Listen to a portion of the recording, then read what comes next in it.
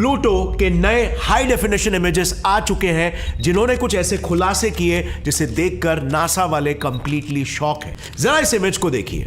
ये है वो स्ट्रक्चर्स जो क्रैब्स अपने अंडे देने के लिए पूरे बीच पर बनाते हैं, सो दैट उनके बच्चे अंडों से बाहर निकलते ही तुरंत पानी में खाने की तलाश में भाग सके। Now keeping that in mind, जरा अब इन स्ट्रक्चर्स पर थोड़ी सी नजर डालना जो खुद नासा के न्यू होराइजन स्पेस प्रोब ने प्लूटो की बर्फीली सतह पर कैप्चर किए। आप यहां पर देख सकते हो, ये हूबहू क्रैब होल्स से मेल खाते हैं। And you know what's the weird part? NASA के अनुसार प्लूटो के जिस रीजन में ये स्ट्रक्चर्स दिखे हैं, एग्जैक्टली उसी जगह पर प्लूटो का ऑलमोस्ट सारा लिक्विड पानी बर्फ के नीचे छुपा हुआ है। सो क्या प्लूटो की कड़कती ठंड में भी कोई केकड़ों जैसी मजबूत कवच वाली प्रजाति पनप रही है? वेल, नासा वालों ने ना अपने न्यू होराइजन्स मिशन के तहत प्लूटो के कई ऐसे हाई डेफिनेशन फोटोज खींचे हैं जो कुछ इसी तरफ इशारा कर रहे हैं। लाइक जरा इन इमेजेस को भी देखो। ये प्लूटो के वातावरण की तस्वीर है जो नासा के अनुसार बिना किसी वोल्केनिक इरप्शन के भी जहरीली गैसेस से भरती जा रही है, which is kind of similar to Earth as well. यहां पर भी 2 सेंचुरीज में इंसानी गतिविधियों ने तेजी से वातावरण को जहरीली गैसेस से भर दिया है। So all in all Pluto दूर से जितना शांत हमें नजर आता है, शायद वो उतना शांत बिल्कुल नहीं है। इनफैक्ट जब मैं इसके सभी इमेजेस को देख रहा था ना, तब मुझे एक वियर्ड सी इमेज मिली एंड इट वाज दिस। ये छुपा रुस्तम है एरोकॉट, एक स्नोमैन के शेप का एस्टेरॉइड जो प्लूटो के पीछे छुपा था। हालांकि नासा के अनुसार ये कोई साधारण सा एस्टेरॉइड नहीं है, बल्कि एक प्रकार का टाइम कैप्सूल हो सकता है, क्योंकि एस्टेरॉइड्स यूजुअली ऐसे शेप के नहीं होते। सो आखिर प्लूटो अपने अंदर और ऐसे कितने राज छुपा कर बैठा है? Well, the only way to find out is हम एक एक करके उसके सभी मिस्टीरियस इमेजेस को डिकोड करें और सच्चाई की जड़ तक पहुंचने की कोशिश करें कि प्लूटो हमेशा से नासा के लिए एक बहुत ही क्यूरियोसिटी वाला विषय रहा है। क्योंकि 2006 से पहले हमारे पास जो प्लूटो की सबसे क्लियर पिक थी ना, वो कुछ ऐसी दिखती थी। यानी कि हम लिटरली जुपिटर और सैटर्न के मून्स के बारे में प्लूटो से ज्यादा जानते थे, और इसीलिए 2006 में नासा ने स्पेशली प्लूटो को स्टडी करने के लिए एक स्पेस प्रोब लॉन्च किया कॉल्ड द न्यू होराइजन्स। इस प्रोब का मिशन था बेसिकली जितना जल्दी हो सके प्लूटो के करीब पहुंचकर प्लूटो के हाई डेफिनेशन इमेजेस नासा को भेजना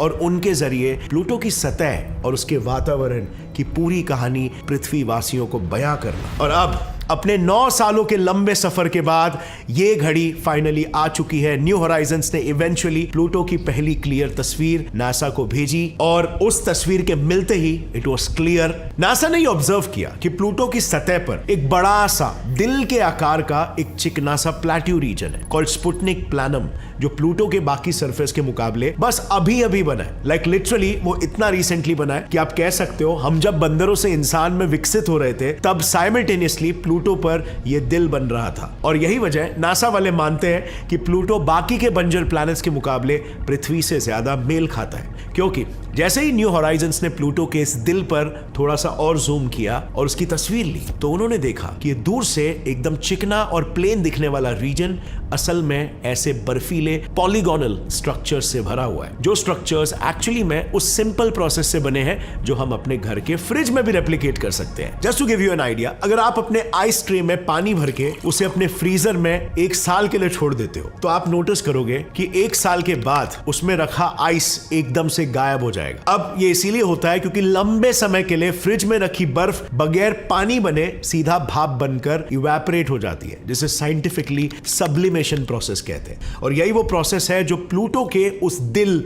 जैसे स्ट्रक्चर्स में मैसिव पॉलीगॉन्स और क्रैब होल्स जैसे अजीब स्ट्रक्चर्स बना रहा है। अब इस सब्लिमेशन प्रोसेस का एक और एग्जांपल ड्राई आइस है। तो ड्राई आइस को जैसे ही आप बाहर निकालोगे वो लिक्विड में कन्वर्ट नहीं होता, वो सीधा गैस बनकर इवेपोरेट हो जाता है। This is called sublimation. अब यहां पर एक स्टडी के अनुसार जैसे आज से 66 मिलियन साल पहले एक बड़ा सा मीटियोराइड पृथ्वी से आके टकराया था, उसी तरह आज से करीब 10 मिलियन साल पहले पॉसिबली एक बड़ा सा ऑब्जेक्ट प्लूटो से भी टकराया था। लेकिन क्योंकि प्लूटो सूरज से कोसों दूर स्थित है और मेजरली नाइट्रोजन आइस से बना हुआ है, तो अनलाइक पृथ्वी जहां पर आज उस इंपैक्ट क्रेटर में पानी भरा हुआ है, प्लूटो के इंपैक्ट क्रेटर में धीरे धीरे नाइट्रोजन आइस भरना शुरू हुआ और वही नाइट्रोजन आइस जब सब्लिमेशन प्रोसेस के जरिए सीधे आइस से भाप बना तो वो भाप अपने नीचे की सतह को क्रैब होल्स और पॉलीगॉन्स जैसे अजीब से शेप्स में कार्व करते हुए ऊपर उड़ गया। वेल, अगर ये थियरी एक्यूरेट है तो यस, प्लूटो का ये वियर्ड दिल जैसे दिखने वाला स्पुटनिक प्लैनम, उसमें मौजूद वियर्ड स्ट्रक्चर्स और प्लूटो का थिक एटमॉस्फेयर, इन सभी चीजों के लिए नेचुरल चीजें जिम्मेदार है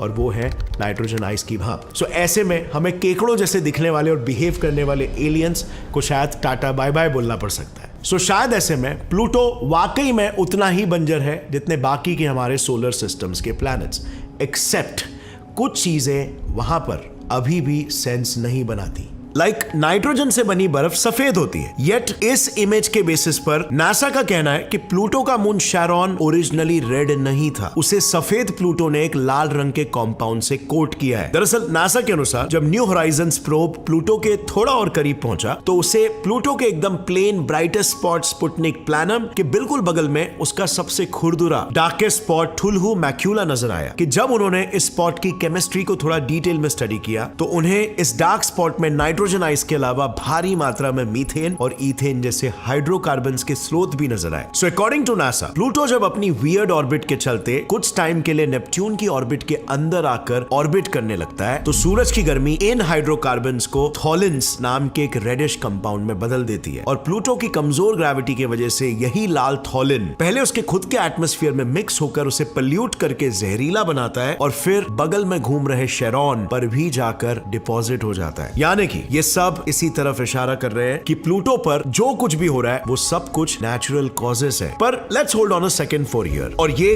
काफी विचित्र फैक्ट है। क्या आपने कभी सुना है कि पृथ्वी पर या किसी दूसरे प्लैनेट पर ग्रेविटी अनइवन है? Well, university of California Santa cruise के एक लीड रिसर्चर प्रोफेसर फ्रांसिस निमो ने जब नासा के न्यू होराइजन से मिले इमेजेस को स्टडी किया तब उन्हें प्लूटो के सरफेस पर कुछ ऐसे क्रैक्स और फॉल्ट्स दिखे जो बता रहे थे कि प्लूटो के स्पुटनिक प्लैनम रीजन में ग्रेविटी अनइवन है। And yes, not magnetic field, not atmosphere, बल्कि ग्रेविटी अनइवन है। सो प्रोफेसर फ्रांसिस निमो के अनुसार प्लूटो का आइसी दिल स्पुटनिक प्लैनम एक ऐसी खास जगह पर स्थित है जहां के मास में अगर 19-20 का भी फर्क हुआ तो ऑलरेडी टिल्टेड प्लूटो और भी ज्यादा टिल्ट हो सकता है, क्योंकि एक ऐसी खास जगह है जहां से हम अगर ऑपोजिट साइड की ओर एक इमेजिनरी लाइन ड्रॉ करें तो वो लाइन सीधा प्लूटो के मून शेरॉन से जाकर मिले। ऐसे इमेजिनरी लाइन को एस्ट्रोनॉमर्स टाइडल एक्सिस कहते हैं, जिसमें जरा से बदलाव से पूरे प्लैनेट का रोटेशन ही बदल जाता है। और ये प्रोफेसर फ्रांसिस निमो ने कंप्यूटर सिमुलेशंस के जरिए वेरीफाई भी किया है। उनका एनालिसिस ये कहता है कि प्लूटो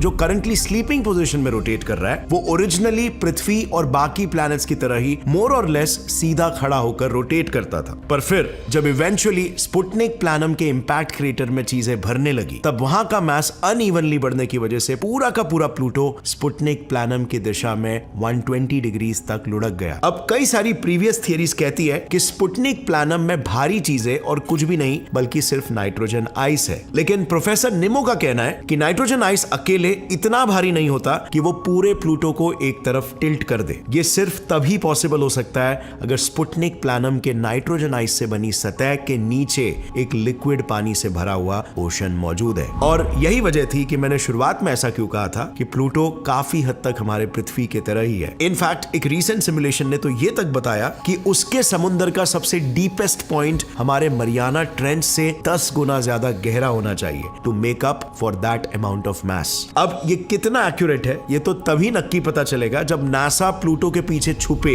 एरोकॉट एस्ट्रॉइड को डिटेल में स्टडी करेगी, जो उनके अनुसार किसी टाइम कैप्सूल की तरह काम करेगा और हमें प्लूटो और हमारे सोलर सिस्टम के बनने की पूरी कहानी के बारे में बताएगा। दरअसल एरोकॉट को स्टडी करना ये पूरी स्पेस इंडस्ट्री में शायद वो इकलौता ऐसा मिशन होगा जो स्पेस प्रोब के लॉन्च होने के बाद डिसाइड हुआ था। लॉन्च से पहले नासा को पता ही नहीं था कि वो एग्जैक्टली है क्या। न्यू होराइजन्स के लॉन्च के बाद प्लूटो के अलावा और कौन से ऑब्जेक्ट्स को स्टडी किया जा सकता है ये जानने के लिए जब नासा हबल स्पेस टेलीस्कोप से दूसरे ऑब्जेक्ट्स को ऑब्जर्व कर रही थी तब उन्हें प्लूटो के पास एक लंबा सा वियर्ड सा ऑब्जेक्ट नजर आया और उन्होंने उसे भी लगे हाथों स्टडी करने का फैसला लिया। पर एरोकॉट तक पहुंचना इतना आसान नहीं था। न्यू होराइजन ने जब जब 2015-16 में प्लूटो की स्टडी कंप्लीट की, तब लिटरली उसके 3 साल बाद ही वो एरोकॉट तक पहुंच पाए और फिर वो उसके इमेजेस निकालने शुरू किए। अब इसे अगर आप थोड़ा ध्यान से देखोगे ना, तो यू विल नोटिस कि ये नॉर्मल एस्टेरॉइड से काफी डिफरेंट है। ये ऐसा दिखाई देता है मानो किसी एलियन स्पेसशिप के 2 मॉड्यूल्स हो।